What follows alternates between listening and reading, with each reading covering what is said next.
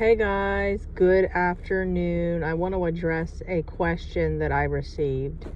It was, do we have to be sinless to have our marriages restored?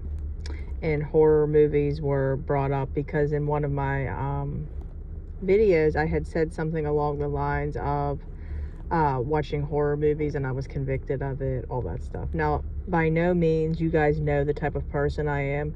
I am one of the most relatable people that there are. I do not judge anybody. I always make sure that I become as relatable to everyone as I possibly can. However, just because I'm relatable doesn't mean I am going to not point you in the right direction. So, here's the thing, guys. No, you don't have to be sinless to have your marriage restored. But what you do is you have to have development. You have to become a new creation. You have to become new wine. And this is why this is happening. So once you realize this isn't about getting my marriage restored, this is about my development. This is about my preparation for all that's coming in my life and what is up ahead of me. Once you realize that this is all about you getting to a point to where you don't want to live your life that way anymore. It doesn't mean we're not going to fall short. We're going to fall short. We're going to make mistakes. But you no longer want to live that way anymore. So, of course, we're sinners. That's just, it's one of those things to where we're never not going to sin again, okay? We're imperfect people, and we're human. We have to repent every day, and the Lord is so gracious to forgive us. That's how easy it is, all over what Jesus Christ did on the cross. However, this doesn't mean we use His grace as, we don't take His grace for granted. We have to come to a conclusion to where we no longer want to live a life that makes us feel yucky, okay? We're not perfect. We're going to make mistakes, of course.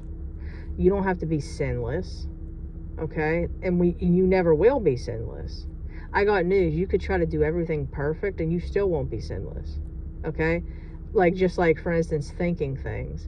What about, if somebody makes you angry, you don't act upon it, but you feel anger inside? That's a sin.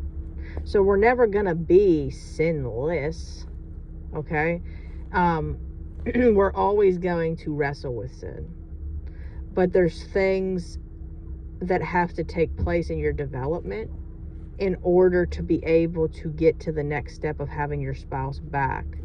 So when you have the mindset of, it feels like it's too much to get your spouse back, your spouse, you don't mean to, is an idol. You don't mean to, but that's just how it is. Your spouse is still an idol.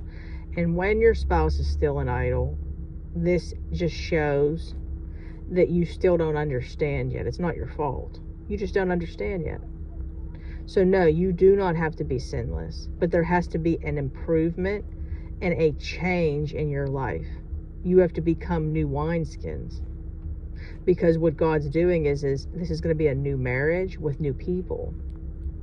Does this make sense? He's redeeming everything. All through His word, He talks about redemption. He talks about restoration.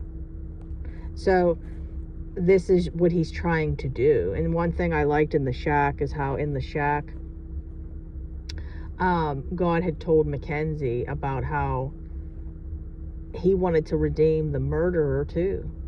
So He wants to redeem everybody. So that's why He's using circumstances in our life to get our attention. So I hope that this answered your question. I hope it gave you some clarity, honey.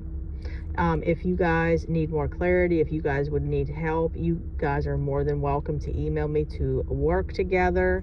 I am a life coach and I would love to help you. The Lord's called me to do this full time. My email is deadmarriagesredeemed@gmail.com. I repeat, deadmarriagesredeemed@gmail.com. Facebook group, come on over, guys. We would love to have you. Dead Marriages Redeemed. If you guys could, please like, share, comment, subscribe. And we would love for you to, like I said, come on over and join the family.